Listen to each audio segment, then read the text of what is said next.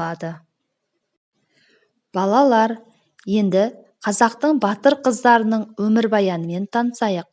Бірінші тапсырма. Мәтінді мұқият тыңдаңыз. Тыңдап отырғанда басты мәліметтерді түртіп алыңыз. Тыңдалған мәтін бойынша сөйлеушінің дауыс ырғағы мен сөйлеу мәнері арқылы негізгі ойды анықтаңыз.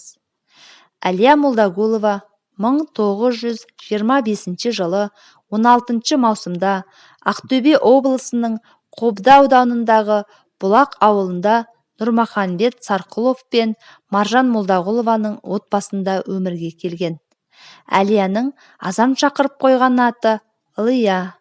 1933 жылы анасы қайтыс болғаннан кейін әжесі Тәжікеннің тәрбиесінде апасының сіңлісі Сапурамен бірге тең дәрежеде жүрді. Нағашы ағасы Әубәкір қызмет бабымен Әулиеатаға көшіп келеді. Сол жерде нөмірі 11 теміржол мектебіне Әлия 1 сыныпқа 1934 жылы қабылданады. Молдағұловтар отбасы Мәскеуге көшіп келеді де Әлия мен Сапураны 1935 жылы нөмірі 35 Мәскеу орта мектебіне береді. Сол жерде 1938 жылдың наурызына дейін оқиды. Отбасының жағдайына байланысты Молдағұловтар Әлияны Ленинградтағы нөмірі 46 балалар үйіне береді. Ол нөмірі 140 орта мектепте оқиды. Әлия бірбеткей, әділетті шындықты көзге айтатын, қорықпайтын сыныптас тарыста болған. Мектепте пионер-вожатый қабырға газеті редакция алқасының мүшесі болған. Тәртібі мен білімі үшін Артек лагеріне жіберілді. Соғыс басталғанда Әлия комсомол қатарына қабылданды. Соғыс басталған жылы балалар үйі Ярославль облысының Вятское селосына эвакуацияланған.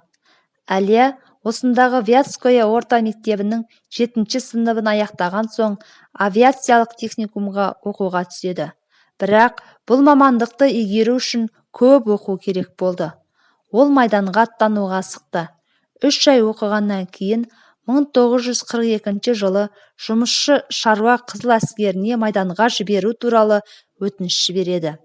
1943 жылы мергендер даярлау жөніндегі орталық әйелдер мектебін аяқтап, осы жылдан бастап 54-ші арнайы атқыштар бригадасы 4-ші батальонының снайпері болған.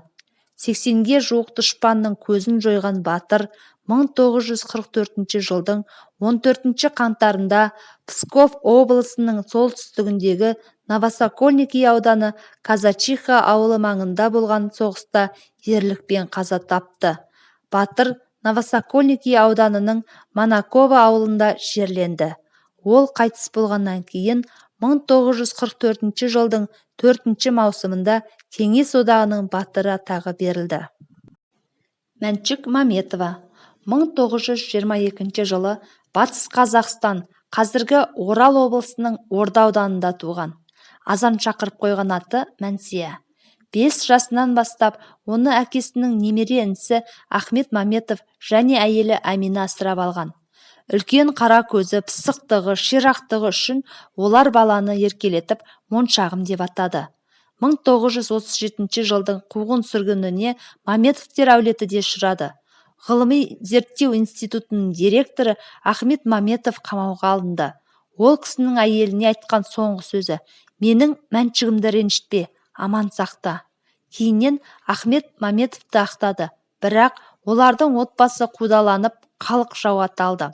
Есейген Мәншүк әкесінен бас тартпады, оны сатпады. Ол әкесінің қамалуын қате деп санады. Мектепті бітіргеннен соң Мәншүк медицина институтына оқуға түсті. 1941 жылы Ұлы Отан соғысы басталғанда Мәншүк 18 жаста болатын. Ол соғысқа бару, отанын қорғау туралы шешім қабылдады. Өтінішінде фашистерді жою үшін майданға жіберетін менің ағайым да, апайым да жоқ, сондықтан өзімді жіберіңіз деп жазған. 1941 жылдың 7 тамызы. 1 жыл бойы Мәншүк әскери комиссарияттан өзін әскерге жіберу туралы өтінді. 1942 жылдың 13 тамызында Алматыдан 100-ші атқыштар бригадасы майданға аттанды. Әскердің қиындығын Мәншүк ерлермен қатар көрді. Жер жорғалап судан жүзіп, қалың ну ормандарды өтті. Пулемет атып үйренді. 21-ші гвардиялық атқыштар дивизиясының ең жақсы пулемет атқышы атағына ие болды. Ол ержүректің үлгісі болды. Оны дивизия жауынгерлері мақтан тұтқан. Аға сержант Мәншүк Мәметова Псков облысындағы Невель қаласы үшін болған кескілескен шешуші ұрыста ерлікпен қаза тапты. 1944 жылы ерлігі үшін Мәншүк Мәметоваға Кеңес одағының батыры атағы берілді. Дескриптор: мәтінді мұқият тыңдайды. Тыңдалған мәтін бойынша сөйлеушінің дауыс ырғағы мен сөйлеу мәнері арқылы негізгі ойды анықтайды. Оқушылар, жұмыстарыңыз жүйрік жауап, жөн жауап, жуық жауап номинация тәсілі арқылы бағаланады. Бәрекелді. Міне жүйрік жауап. Мәтіндердегі негізгі ой, яғни қазақ батыр қыздарының сұрапыл соғыс қиын